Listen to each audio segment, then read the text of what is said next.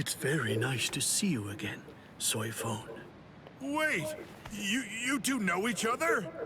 If that's the case, why didn't you tell me? No Sim, clue. gato, sabe? I've never seen him before. I had a sneaking suspicion that you might say that. You know, your opinion about us is quite clear. We know you don't think very highly of us. I was observing your earlier battle. As a matter of fact, that's the reason why I came here. He released his aging energy against your Bankai. The effect that it had was to project it far in front of him, and it also directed its blast away from him. I will make sure that I seal him in. In that instant, fire off your Bankai at a close enough distance that his power won't be able to protect him from it. So you too, huh? All you people know about my Bankai? Why, that little pig. I realize that you don't really want to aid anyone who's associated with Mr. Urahara. Very well. I'm listening. So go ahead and give me your terms.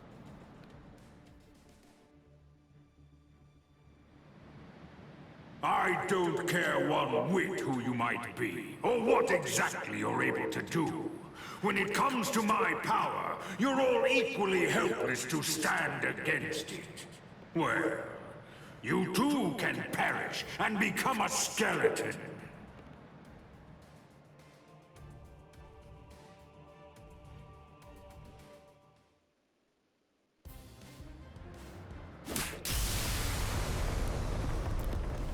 Dragon Tail Castle Gate, Tiger Bite Castle Gate, Turtle Armor Castle Gate, Phoenix Wings Castle Gate, Shiju Simon!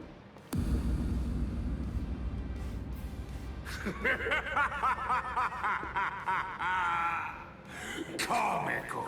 Comical! I rule over aging. Buying time against me is an action equivalent to spitting on a god. That force field isn't actually intended to contain you.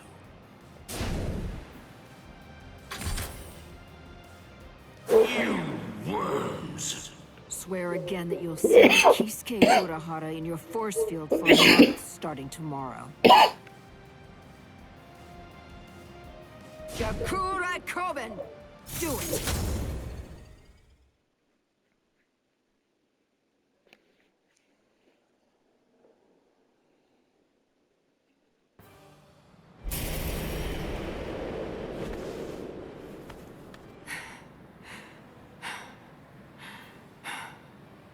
Captain! Usually, my limit for Jakuhurai Koben is only once every 3 days. I've had to fire it twice. Twice in just 1 day. You'll pay for that. Yes, of course. Unforgivable. Utterly unforgivable. I'm badly injured. I've been gravely mistreated. You ants aren't going to get away with this. Repent for the insolence that you've shown by disobeying the Great One, and turn to dust! This can't be. Is he immortal? It's futile! You must know your place! Respect me! I am the great Emperor, Baragan Ruizenban! I am the god of Waco Mundo! Soul Reapers and humans and hollows are uncars. Their differences and quarrels, will and freedom, birds and beasts, plants, the moon and stars and the sun, all of them are insignificantly small. The power I wield is the one absolute in this world.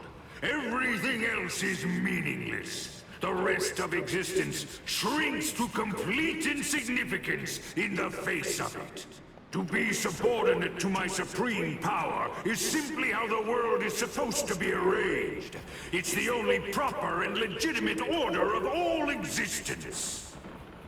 There can be no equality, not when it's between opposing powers.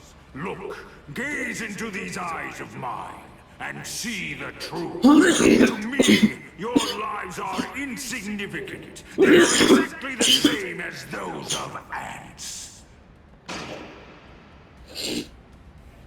What's this? What's happened to your arm? What are you trying to do?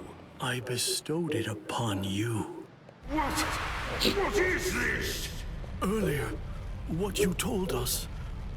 I mean, the part about wielding absolute power in this world.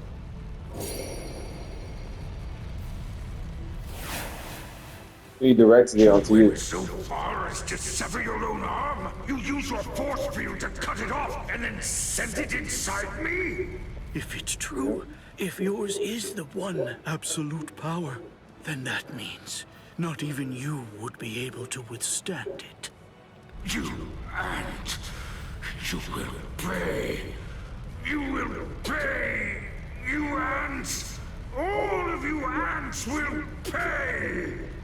In the Soul Society, there are no gods.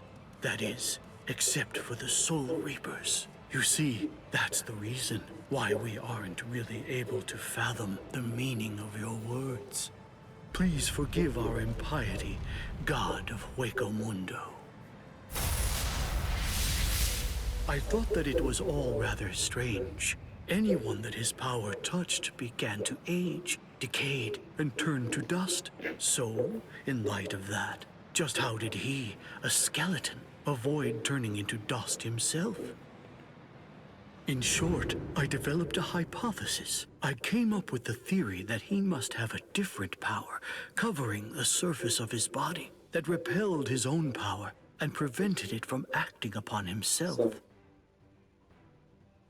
And then I thought, if that was the case, what would happen if I were to somehow insert something that contained his own power inside his body? It seems, in the end, my hunch was correct. He too was just another one of the universe's many small creatures, fearing death and striving to stave off old age to prevent its arrival.